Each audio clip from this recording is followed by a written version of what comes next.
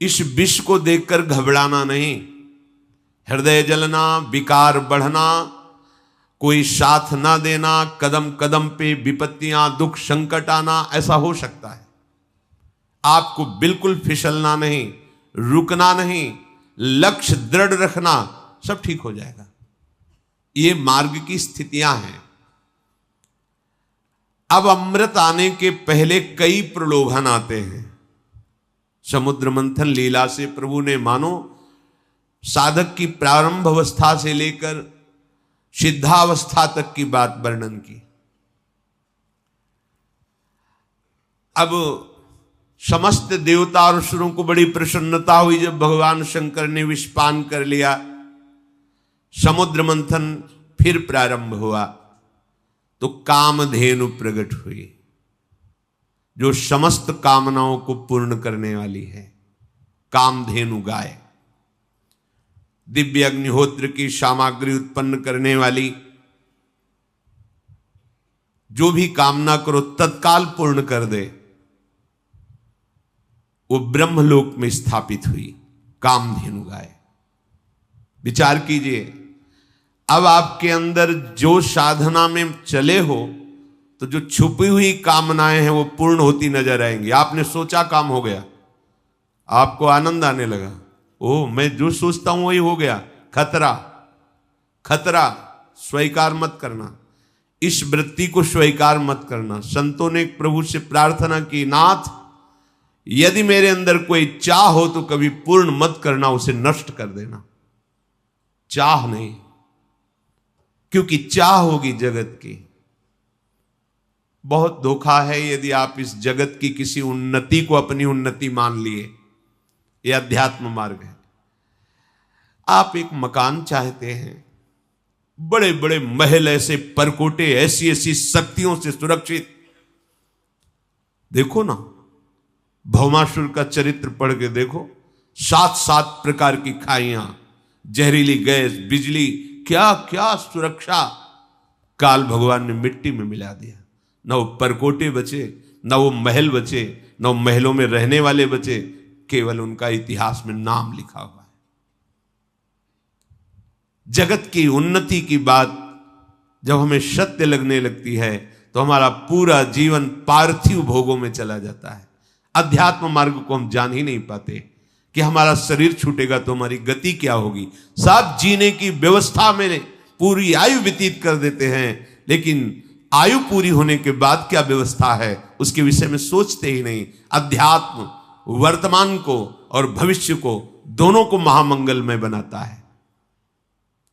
साधक की जब साधना अहंकार रहित होने लगती है, अर्थात विष का शमन होने लगता है, तो उसके अंदर दिव्यता आती है। वो जो पदार्थ सोचता है वही मिल जाएगा, व्यक्ति वस्तु का संयोग वही हो जाएगा। जैसा सोचता है वैसा ही होना प्रारंभ हो गया। ये कोई सिद्धि नहीं है, ये कोई लक्ष्य नहीं है, ये लक्ष्य से गिराने वाला है। अगर यहीं रुक गए तो अमृत पद पर नहीं पहुंच पाए अभी। इसीलिए वो कहां स्थापित की गई?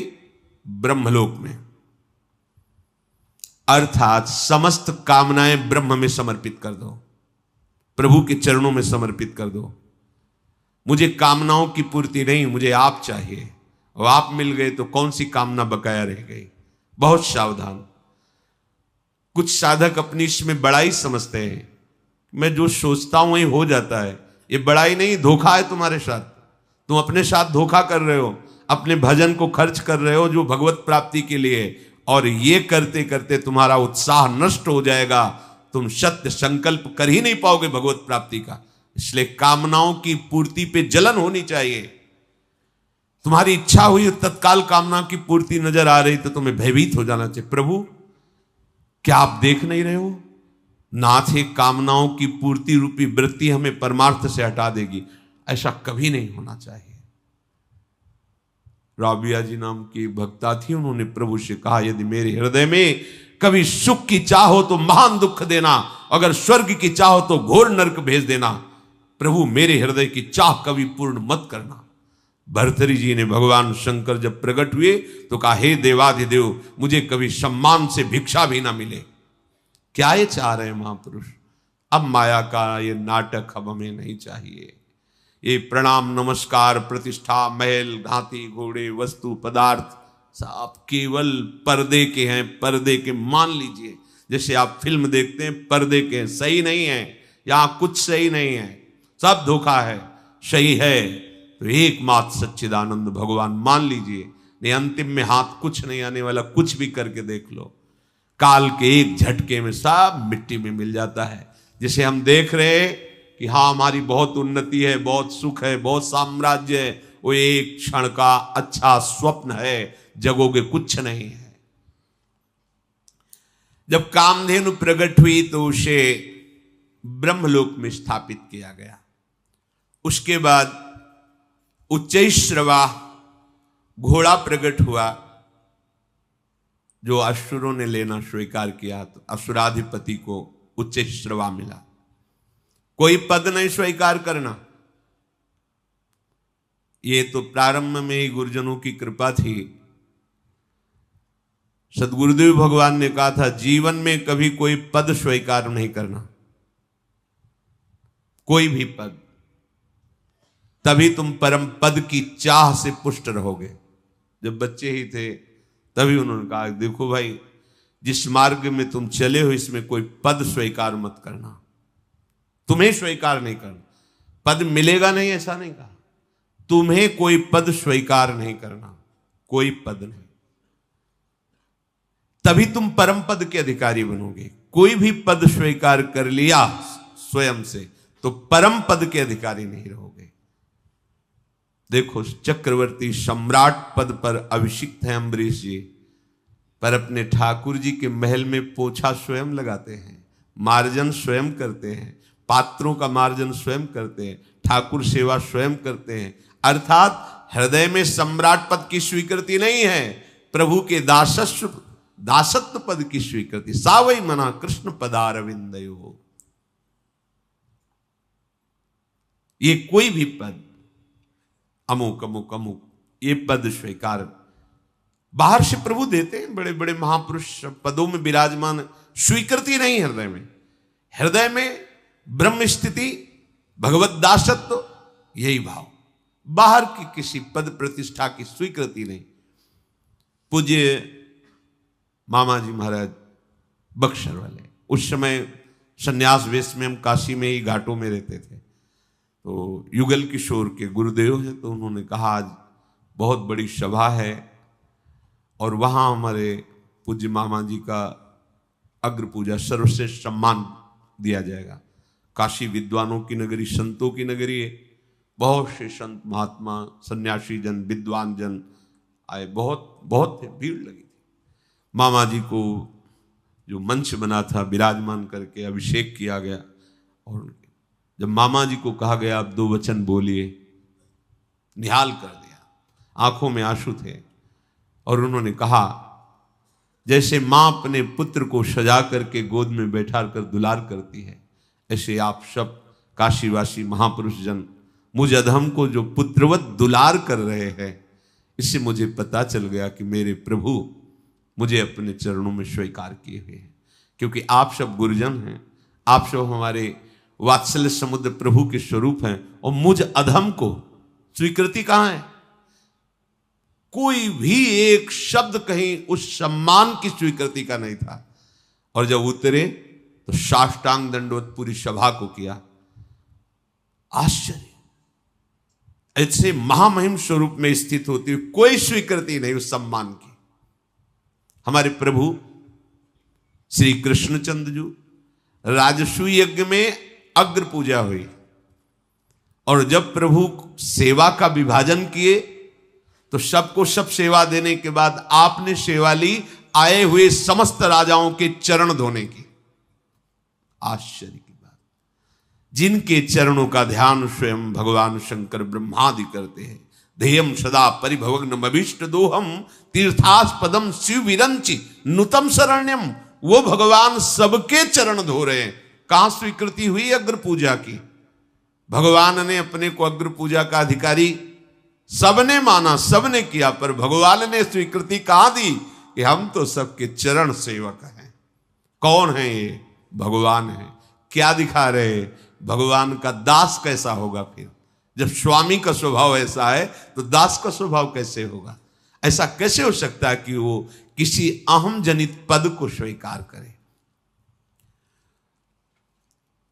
फिर चंद्रमा के समान श्वेत वर्ण का जो उच्च श्रवा मिला वह असुराधिपति ने स्वीकार किया, क्योंकि भगवान ने सिखा दिया था देवताओं को कि जब तक हमारा इशारा ना हो तब तक किसी भी वस्तु के लेने के लिए आग्रह मत कर देना। यहां भी ध्यान दीजिए, कोई भी रिद्धि सिद्धि प्रभाव सम्मान स्वीकार मत कर लेना।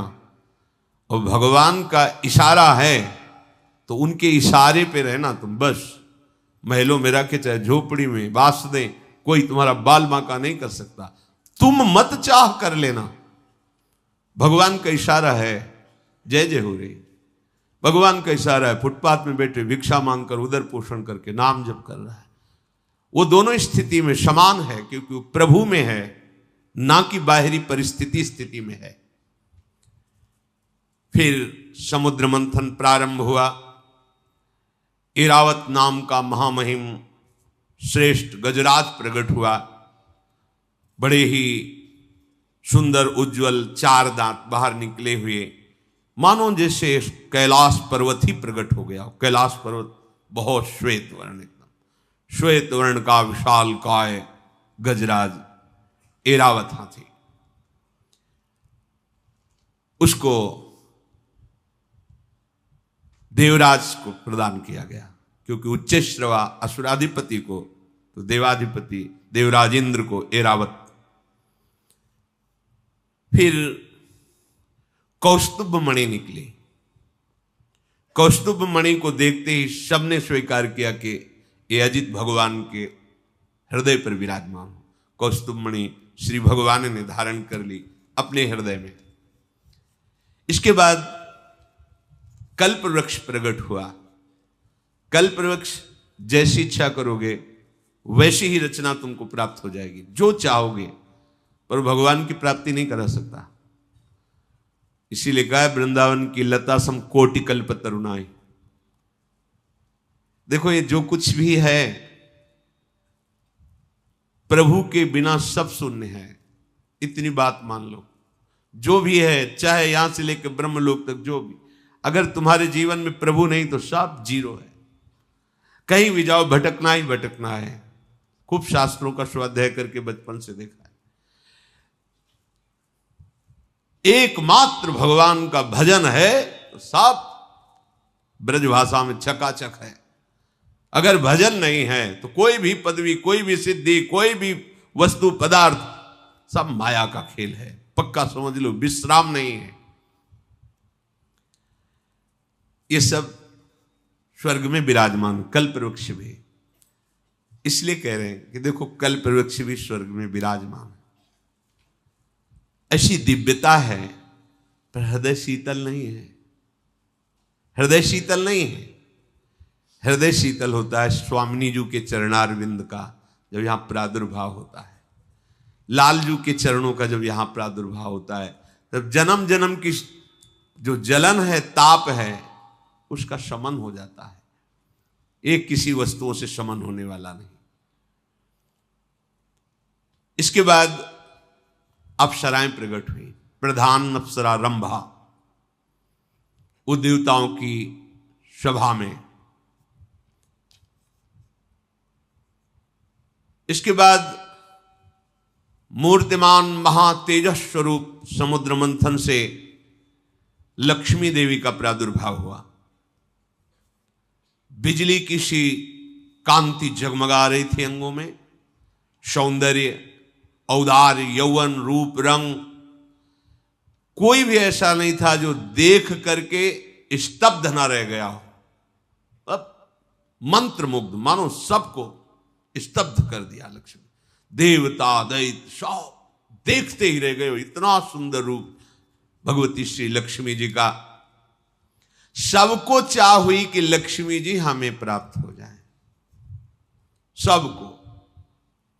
देवराज इंद्र ने तत्काल सुंदर बैठने का आसन बिछाया। मूर्तिमान नदियों ने अभिषेक किया। गंधर्वों ने मंगल गान प्रारंभ किया, अप्सराएं नृत्य करने लगी, मृदंग डमरू ढोल नगारे नरसिंगे शंख वेणु वीणा ये वाद्य बजने लगे। भगवती लक्ष्मी जी मंद मुस्कुराती हुई हाथ में कमल लिए हुए, जो समुद्र मंथन से प्रकट हुई थी, देवराज इंद्र के द्वारा दिए हुए सिंहासन पर विराजमान हुई। ब्राह्मण वेद मंत्रों का पाठ करते हुए दिग्गजों ने कलशों से जल से अभिषेक किया। समुद्र ने प्रकट होकर हाथ जोड़ करके रेशमी वस्त्र प्रदान किया। वरुण देव ने नमस्कार करते हुए वैजंती माला प्रदान की। विश्वकर्मा ने भांति भांति के गहने, सरस्वती जी ने प्रकट होकर मोतियों का हार, ब्रह्मा जी ने कमल और 2 दिव्य कुंडल समर्पित किए। जब ब्राह्मणों ने स्वस्त्यन पाठ कर लिया तो अपने कमल को घुमाते हुए वरण करने के लिए लक्ष्मी जी निकली। कौन मुझे वरण करेगा? जिसकी तरफ देखती लक्ष्मी जी तो सबके हृदय में था कि लक्ष्मी जी मुझे ही वरण करें। लक्ष्मी जी ने विचार किया जो निर्दोष है उसे ही मैं वरण करूंगी।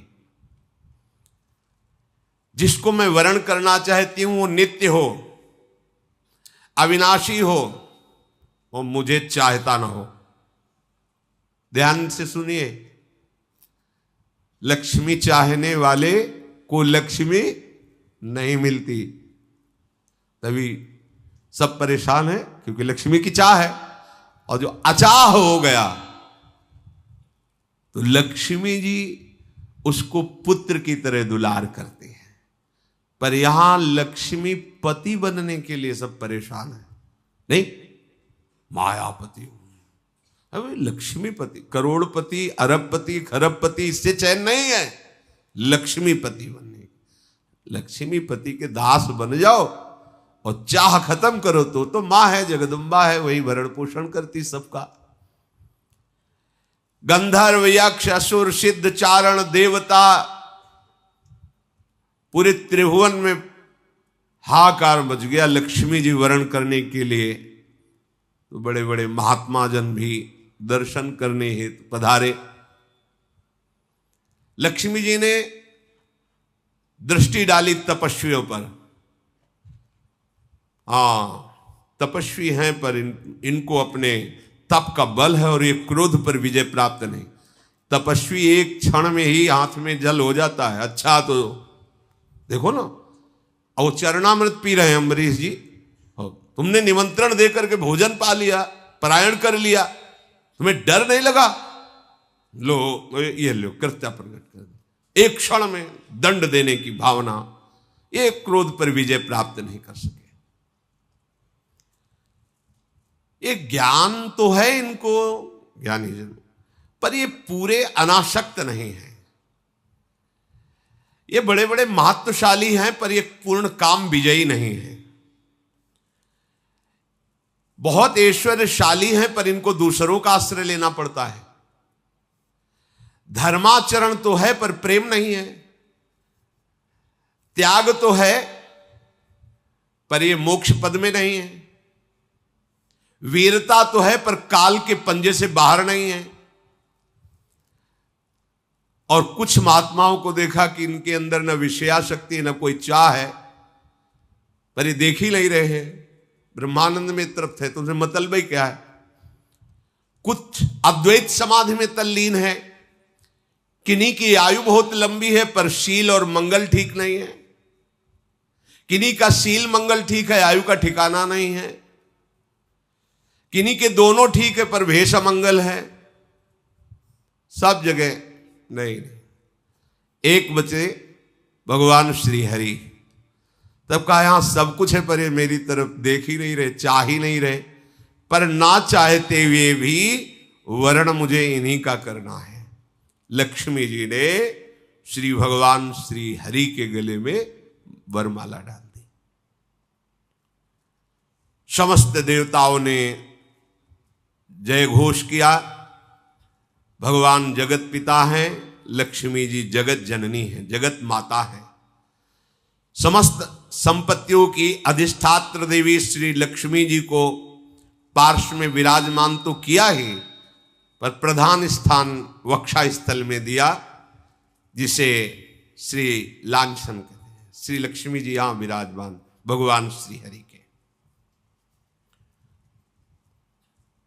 शंख तुरही मृदंग आदि बाजे बजने लगे, जय घोष होने लगे। मंत्रों के द्वारा बड़े बड़े ब्रह्म ऋषियों ने भगवान की स्तुति की। अब लक्ष्मी जी ने जब नारायण श्री हरि का वर्ण किया तो असुरजन निराश हो गए।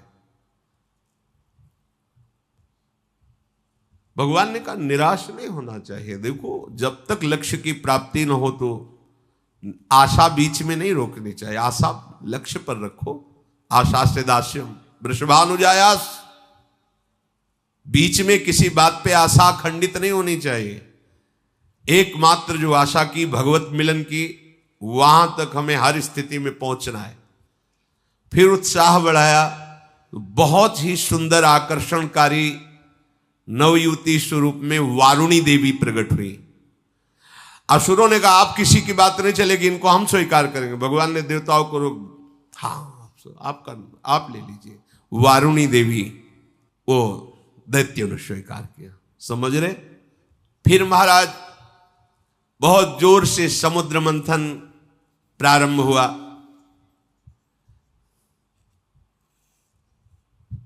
हलाहल विष, कामधेनु गाय, उच्च श्रवा घोड़ा, एरावत हाथी, कौस्तुभमणि, कल्पवृक्ष, रंभा प्रधान और अन्य अप्सराएं, देवी लक्ष्मी जी, वारुणी और पारिजात वृक्ष और चंद्रमा का भी प्रादुर्भाव समुद्र मंथन से हुआ। पांचजन शंख का भी प्रादुर्भाव समुद्र मंथन से हुआ। अब बहुत ही तेजस्वी लंबी लंबी अजान बाहु भुजाएं, कमल नयन, शरीर रंग श्यामला, गले में नवीन पुष्पों की माला, अंग अंग में सब प्रकार के आभूषण, पीतांबर, विशाल वक्षाय स्थल, तरुण अवस्था, सिंह के समान पराक्रम, सौंदर्य, घुंघराले केश, बड़ी ही अनोखी छवि, और दोनों हाथों में अमृत का भरा हुआ कलश लिए हुए भगवान धन्वंतरी जी का प्रादुर्भाव हुआ। धन्वंतरी जी 13वां और आखिरी जो वो अमृत कलश, ये 14 रत्न समुद्र मंथन से प्रकट हुए। भगवान धन्वंतरी के हाथ में अमृत का कलश है। जे ही कलश पर दृष्टि पड़ी, बस दैत्यों ने एक दूसरे की तरफ देखा और कहा आप किसी की अनुमति की जरूरत नहीं है। तत्काल दौड़ पड़े और घेर लिया धन्वंतरी भगवान को और उनके हाथ से अमृत का कलश लेकर के भाग पड़े। अब देवता सब उदास हो गए कि जिसके लिए तो समुद्र मंथन हुआ वो तो ले गए। भगवान से हाथ जोड़कर कहा इतनी मेहनत हुई, इतना सब आपकी सलाह से, आपकी कृपा से, आपकी सामर्थ्य से हुआ, पर प्रभु फल की प्राप्ति के समय तो ऐसे ही होता है। जब अमृत का समय आता है, अमृत पद में पहुंचने का, तब घसीट लेता है। ये आसुर स्वभाव तब तक घसीट सकता है जब तक पी न ले। उस समय भी भगवान ही वही पद प्रदान करते हैं। भगवान ने कहा तुम हमारी शरण में हो, इसलिए तुम खेद मत करो, ये एक बूंद भी नहीं पी पाएंगे। इनमें एक बूंद भी पीने की सामर्थ्य नहीं रहेगी जब तक हम नहीं कहेंगे। तो हुआ क्या, आपस में कि देखो पहले हम अमृत पे, वो कह रहे देखो हमारी बात मानो, पहले हम आपस ही में झगड़ रहे हो, अमृत कलश हाथ में लिए। भगवान बड़े लीला बिहारी, तू मैं, मतलब समझो, अगर आसुरी स्वभाव के हाथ में अमृत भी लग जाए तो पान करने में नहीं लगते, वो झगड़ने में लगते हैं। अरे पहले पियो फिर लड़ाई झगड़ा, पहले उसको पियो जो मिला है, पर आसुरी स्वभाव उसका पान। जो तुम्हें मार्ग मिला, जो तुम्हें रस मिला, उसका पान करो। मेरा उपासना बड़ा, आपकी उपासना छोटी, ये वो सब, ये पहले पान करो, रसमत्त हो जाओगे, फिर कोई बात नहीं, फिर तो कोई प्रश्न ही नहीं खड़ा होता। पर यहां क्या होता है, रसमत्त होने की जगह हम अपने को बड़ा छोटा, उपासना ये वो, ना का हो सो बोलिवो, ना कोई व्यवहार, अपनी कुंवर किशोरी को जियत निहार निहार, ये अमृत पान। चतुर शिरोमणि भगवान ने अत्यंत सुंदर रूप धारण किया, मोहिनी रूप। काहे के लिए?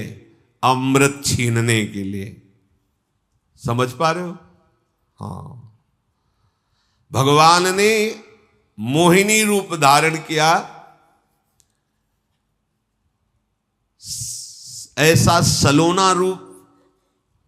वैसे ही सरकार करोड़ करोड़ कामदेवों को मूर्छित कर देने वाली मुस्कान वाले हैं, और फिर ये मोहिनी रूप धारण किए हो, वैसे ही मोहन है। ऐसे एक एक तिल तिल भर का, ऐसा एक जगह देख लो तो मूर्छित हो जाओ, ऐसा सौंदर्य। वो कैसे समझ में आएगा? भगवान के सौंदर्य के एक अंश से त्रिभुवन में जितना सौंदर्य है वो सब है।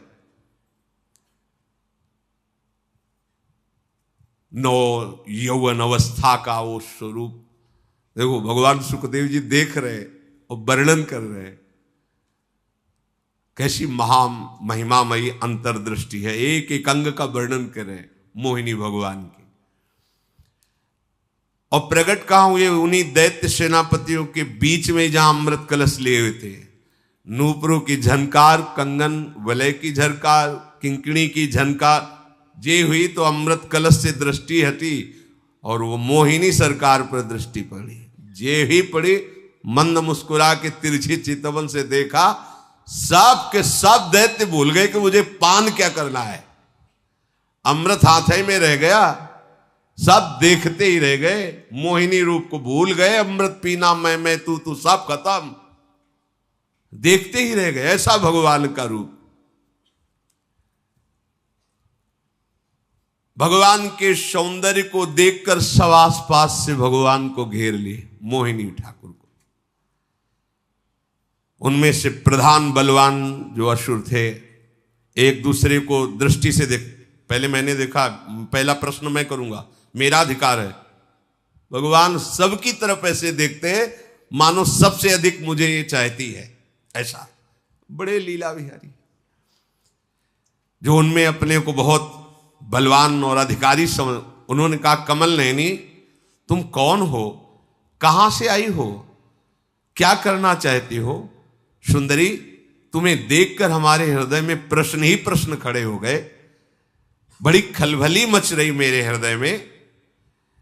ना तुम देवताओं के कुल की हो, ना दैत्य कुल की, ना सिद्ध, ना गंधर्व, ना चारण, ना लोकपालों की, क्योंकि आज तक मैंने ऐसा ना सुना है रूप, ना देखा है।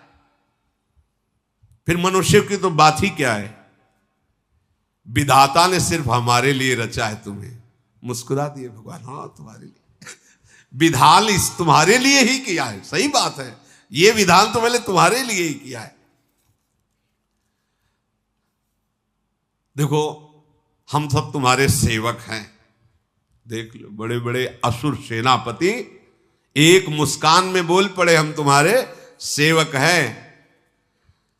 हम आपस में लड़ाई लड़ रहे हैं, तुम हमारा झगड़ा मिटा सकती हो? वैसे तो हम सगे भाई हैं, देवता और दैत्य, एक ही हमारे पिता हैं कश्यप जी। पर अब देवता दैत्य के हम आपस में दैत्य ही दैत्य लड़ रहे हैं। देखो, ये सुंदरी हमारे पक्ष में है, ऐसा करें कि ये अमृत कलश इसको दे दे और ये पिलाए तो। भगवान ने सबकी तरफ देख के जे मुस्कुराया, हाँ हाँ हम राजी। अमृत कलश बिना मांगे हंसते हुए भगवान के, समझ रहे हो, बिना मांगे अमृत कलश उनके हाथ में। तिरछी चितवन से हर एक दैत्य को देख के भगवान ने घायल किया। हर दैत्य समझ रहा है मुझे सबसे ज्यादा प्यार करते तो अमृत तो हमको ही सबसे पहले पिलाएंगे। भगवान ने कहा मेरी भी बात सुनो, तुमने पूछा तुम कौन हो तो मैं अपना परिचय बता रही हूं, मैं किसी की नहीं होती। ठीक कह रहे, माया रूप धारण किया, माया किसकी है? हरि की है, किसी की और की थोड़ी हो सकती। भगवान के वचनों को समझना है। मैं किसी की नहीं हूं। समोहम सर्वभूतेषु न मे द्वेष्टि न च प्रिया, ना मेरा कोई द्वेष का पात्र है, ना मेरा कोई प्रिय है। मैं सब में समान विराजमान हूं, अर्थात मैं किसी की नहीं हूं। तो समझ जाना चाहिए ना कि जो किसी के लिए है क्या? माया। माया किसकी होती? किसी के लिए। तो भगवान भगवान रूप में तो नहीं दिखाई दे रहे ना, मोहिनी रूप। तो क्या है ये? भगवान ने माया से ही तो ये रूप धारण किया। और तुमने अमृत के न्याय का भार मेरे ऊपर डाल दिया। क्या तुम हम पर अब भी विश्वास करते हो? और मुस्कुरा दिया। ये मुस्कुराहट ही भगवान की माया है, शास्त्रों में वर्णन किया गया है। क्या तुम ऐसा समझते हो कि हमारा मित्रता का भाव स्थायी है? ना समझना। मेरा ये शब्द तो कुछ और है, मेरा ये मित्रता का भाव स्थायी नहीं है। इसलिए मैं पहले तुमसे बता रही हूं कि मैं स्वेच्छाचारिणी हूं, मैं अपनी इच्छा के अनुसार चलती हूं। और उनका कुछ नहीं, तुम बिल्कुल नाराज मत हो, तुम जैसी हो हम मान गए, बस अब तो तुम हमारी हो और हम लोगों को हम। भगवान ने इसलिए पहले कह दिया कि हम कोई छल कपट नहीं कर रहे, हम तुम्हें पहले बता रहे हैं, हम अपनी इच्छा के अनुसार चले, मैं किसी की नहीं हूं। ऐसा मत मान लेना कि तुमने वादा किया था कि मैं तुम्हारी हूं। पहले कह रहे, हम पर विश्वास मत करो। कितनी करुणा करके बता रहे, हम पे इस रूप पे विश्वास मत करो हमारे। और मुस्कुराकर हंस दिया। हंसना हुआ कि दैत्यों का हृदय तो चलनी हो गया। उन्होंने और इसे विश्वास समझा, मतलब ये बहुत सच्ची बात कह रही, मतलब ये विश्वास योग्य है। नहीं तो कह सकती थी छल कपट भरी बात, हम तुम्हारे पक्ष में है, ऐसा ऐसा कुछ। बिल्कुल खरी बात कही, बहुत सही बात कही, ये तो विश्वास के योग्य ही है। उन लोगों ने अमृत का कलश भगवान के हाथ में दे दिया कि हमें भरोसा है इस मोहिनी रूप पे। भगवान ने अमृत कलश हाथ में लिया और चले लहराते हुए। कृष्णकटी, बड़ी शोभा वर्णन की भगवान परमहंस श्री सुखदेव जी ने। मुस्कुराते हुए मोहिनी भगवान ने कहा, देखो मैं उचित करूं या अनुचित टोक नहीं सकते हो। अमृत कलश हाथ में है, तुम टोक नहीं सकते हो। तिरछी चितवन से, लजीली चितवन से देखा, हाँ स्वीकार है, बिल्कुल नहीं बोलेंगे। बड़े बड़े दैत्यों को मोहिनी ठाकुर ने अपनी मोहिनी चितवन और मोहिनी रूप और मोहिनी वाणी से आसक्त कर लिया। सब ने एक स्वर में स्वीकार कर दिया कि आप जो चाहो जैसे, हम बिल्कुल नहीं बोलेंगे। भगवान ने कहा सब पहले समुद्र में स्नान करके आओ। समुद्र मंथन से श्रम जो हुआ है, क्योंकि देवताओं को बुलाना था, सब देवताओं को बुलाया, चलो आप। बड़ी सुंदर साड़ी, नितंबों का भार, आंखें मद से विह्वल, मतवाली चाल, गज शावक के समान जंघाए, स्वर्ण से नूपुर झनकारती हुई मोहिनी ठाकुर पर देवता के समान जान पड़ते थे। मंदभरी मुस्कान से पहले दैत्यों के सामने गई और कहा, देखो उचित है, तुम ही स्वीकार करते हो कि देवता और दैत्य दोनों एक ही भाई हैं, पिता के पुत्र हैं, तो दोनों भाई हुए, झगड़ा नहीं करना। हमारे ऊपर छोड़ा है ना, अब हम पहले उस लाइन से, तुम इधर मुख करो, तुम इधर मुख करो, एक ही साथ बैठा ला। और हर दैत्य के सामने बिना अमृत कलश पिलाए कटाक्ष करते हुए भगवान धैर्य पूर्वक बैठे कि प्यार तो हम ही से करती है और हम ही को अमृत पिलाएगी, घूम के कहीं से भी आ जाए। दैत्यों के सामने जब भगवान चल रहे हैं तो अपना पल्लू गिरा के चल रहे हैं। असुर स्वभाव ऐसे ही है। देवताओं को भगवान सामने जाकर बिल्कुल सावधान, सब बिल्कुल सावधान बैठे हैं। हाव भाव कटाक्ष से मोहित करके दैत्यों को फिर अमृत पिलाना शुरू किया। देवताओं को देखते जा रहे भगवान। वो अमृत जो मृत्यु का नाश करने वाला है, अर्थात अमर कर देता है। बुढ़ापा नहीं आएगा, कोई दर्द नहीं, कोई पीड़ा नहीं, बहुत प्रकार के उसमें सद्गुण। परीक्षित असुरजन मोहित हुए बैठे हुए थे, बिल्कुल हलचल हृदय में नहीं थी। वशीकरण कर लिया था मोहिनी ठाकुर ने अपने नेत्रों से, मंद मुस्कान से। और वे समझ रहे थे ये जो करेगी वो हमारे प्रियता में ही करेगी। मोहिनी ठाकुर से उन्हें अत्यंत प्रेम, भगवान जान के नहीं, एक सुंदर स्त्री समझ के। और देवताओं को बिल्कुल कोई फर्क नहीं था भगवान की किसी भी चितवन में, मुस्कान में। क्यों जान रहे क्या श्री भगवान है, समझ रहे हो। कोई भी सौंदर्यशाली तुम्हें तभी आकर्षित कर सकता है जब तुम उनमें भगवत भाव नहीं करोगे। यदि भगवत भाव करोगे तो कोई तुम्हें आकर्षित नहीं कर सकता, क्योंकि परम सुंदर भगवान सब में विराजमान है। एक भी देवता मोहित नहीं हुआ, क्योंकि वो जानते हैं कि श्री भगवान है। और एक भी दैत्य नहीं बचा जो मोह से युक्त ना हो गया, क्योंकि वो जानते नहीं कि ये श्री भगवान है। बस इतना ही खेल है। मत्ता परतरम नान्यत किंचित अस्ति धनंजय। मेरा ठाकुर कह रहा है मेरे सिवा कुछ नहीं है। और हम क्या देख रहे हैं, स्त्री पुरुष, उत्तम अधम, अच्छा बुरा। तो यही मोहिनी ठाकुर की मोहिनी माया है, जो हम उनको न देख करके और कुछ देख रहे हैं और कुछ मान रहे हैं। वही कारण है कि हम अमृत पद को छोड़ करके आसक्त हो रहे हैं देहों में, भोगों में। अमृत देवताओं को पिलाया जा रहा है। तो राहु दैत्य ने सोचा कि कहीं मेरे साथ छल तो नहीं हो रहा है, कि इधर पीठ पे पीठ लगा के विराजमान किया गया। तो ऐसा तो नहीं हो रहा कि मुझे छला जा रहा हो। तो देखा तो इधर से गए थे बिना पिलाए, उधर सबको पिलाते हुए आ रहे हैं। तो बगले में तो पंक्ति लगी थी, चट से एक देवता के बीच में ऐसे घूम के बैठ गए राव। और भगवान ऐसे देख रहे थे सावधानी पूर्वक, और देवताओं की अंजलियों में अमृत।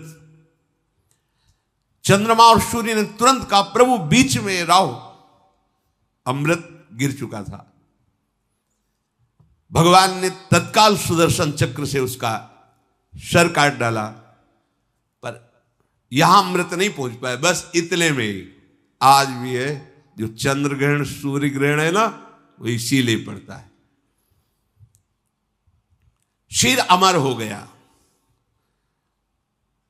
आज भी वैर भाव रखकर चंद्र ग्रहण सूर्य ग्रहण, वो चंद्र और सूर्य पर आक्रमण करता है राव। सब अमृत देवताओं को पिला दिया। असुरों ने जब पीछे मुड़ के देखा तो कलश में एक बूंद भी नहीं।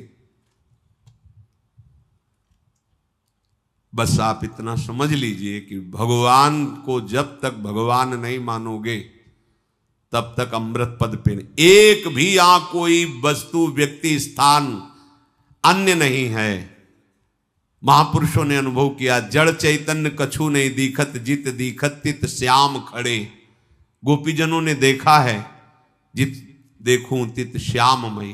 गोस्वामी जी ने देखा, सी राम में सब जग जा, मेरे प्रभु ही हैं। जब तक भवदाकार वृत्ति नहीं होती तब तक इस अमृत पद का अधिकारी नहीं होता। प्रभु से बिलग कोई भी वस्तु, कोई भी व्यक्ति, कोई भी स्थान है तुम्हारे हृदय में, वो तुम्हारे अमृत पद से तुम्हें वंचित कर देगा। देखो ना, अगर हिरण के बच्चे में भगवान की भावना कर ली होती भरत जी महाराज ने, मेरे भगवान, तो भजन छूट गया ऐसे शब्द नहीं आता। कुत्ते पे भावना कर ली नामदेव जी ने तो वहीं प्रकट हो गए भगवान विट्ठल। जल लेने गए तो बहुत लंबा भूत वहां नदी के किनारे था, तो ऐसे देखा, वाह प्रभु ऐसा भी रूप धारण कर लेते हो। वहां भावना की तो देखा विट्ठल भगवान भूत के रूप में मुस्कुरा रहे हैं। जब हम प्रभु से बिलग किसी की सत्ता देते तभी हमारा जन्म मरण निश्चित हो जाता है। यहां प्रभु से बिलग कुछ नहीं है, सब में प्रभु विराजमान वही हैं। ये पंचभूत भी वही बने हैं, पर इसकी प्रक्रिया है।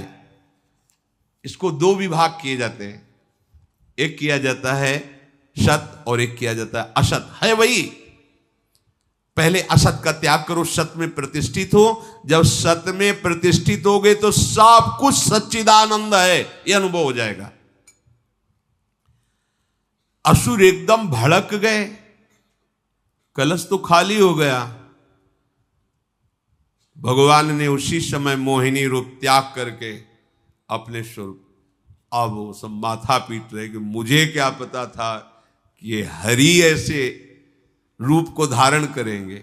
बस घाटा बाद में समझ में, मन पछताई है अवसर। जिससे हम द्रोह कर रहे हैं, जिसे हम नीच समझ रहे हैं, जिसे हम क्रूर समझ रहे हैं, उसमें प्रभु विराजमान है। जब तक हमारे हृदय में भाव नहीं आता तब तक हमारी कच्ची साधना है। सच्ची साधना यही है, कण कण में झांकी भगवान की, किसी सूझ वाली आंख ने पहचान की। सूझ वाली आंख, तत्व दृष्टि जब तक जागृत नहीं होती तब तक ये वैर, ये विरोध, ये आकर्षण, मैं तू, ये माया का खेल हमारे सामने चलता रहता है। जेवी भगवान ने अपना वास्तविक स्वरूप धारण किया, अब देवता अमृत पी चुके थे, दैत्य क्रोधानल से जल रहे थे। आगे की बात आगे युद्ध में हम इस प्रसंग को इस बात पे लेते हैं कि संपूर्ण समुद्र मंथन भगवान से ही हुआ। समुद्र मंथन का सार अमृत भगवान की कृपा से मिला। ने समुद्र मंथन करने पर भी इनको अमृत नहीं मिलता, दैत्य लोग छीन ले गए थे।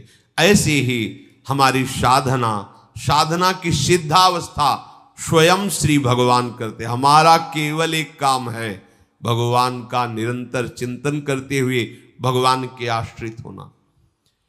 किसी भी वस्तु के प्रलोभन में या किसी पद के प्रलोभन में या किसी अन्य लाभ की आकांक्षा में अपने उपासकों को, अपने मतलब प्रियालाल के चरणारविंद की प्राप्ति करने की भावना दृढ़ करने वाले उपासक को कभी नहीं, कभी आकर्षित नहीं होना चाहिए, कभी रुकना नहीं चाहिए। मिलना कोई बड़ी बात नहीं है, मार्ग है, मार्ग में सुखद स्थितियां भी आती, दुखद स्थितियां भी आती, पर प्रलोभन नहीं करना। अगर सुखद परिस्थितियों में तुम प्रलोभन नहीं किए तो दुखद परिस्थिति तुम्हें रोक नहीं पाएगी, और अगर सुखद परिस्थिति का भोग कर लिया तो दुखद परिस्थिति तुम्हें जबरदस्ती भोगनी पड़ेगी, और जब भोगोगे तो रुक जाएगा मार्ग। और ये बड़े ऊंचाई से भी होता है, बड़ी बड़ी ऊंचाई में आकर्षण होता है। ऐसा कोई मात तो नहीं रखना चाहिए प्रभु के सिवा की किसी लोकांतर में, किसी अन्य देवता में। वो सब दिव्यता मायाकृत ही है।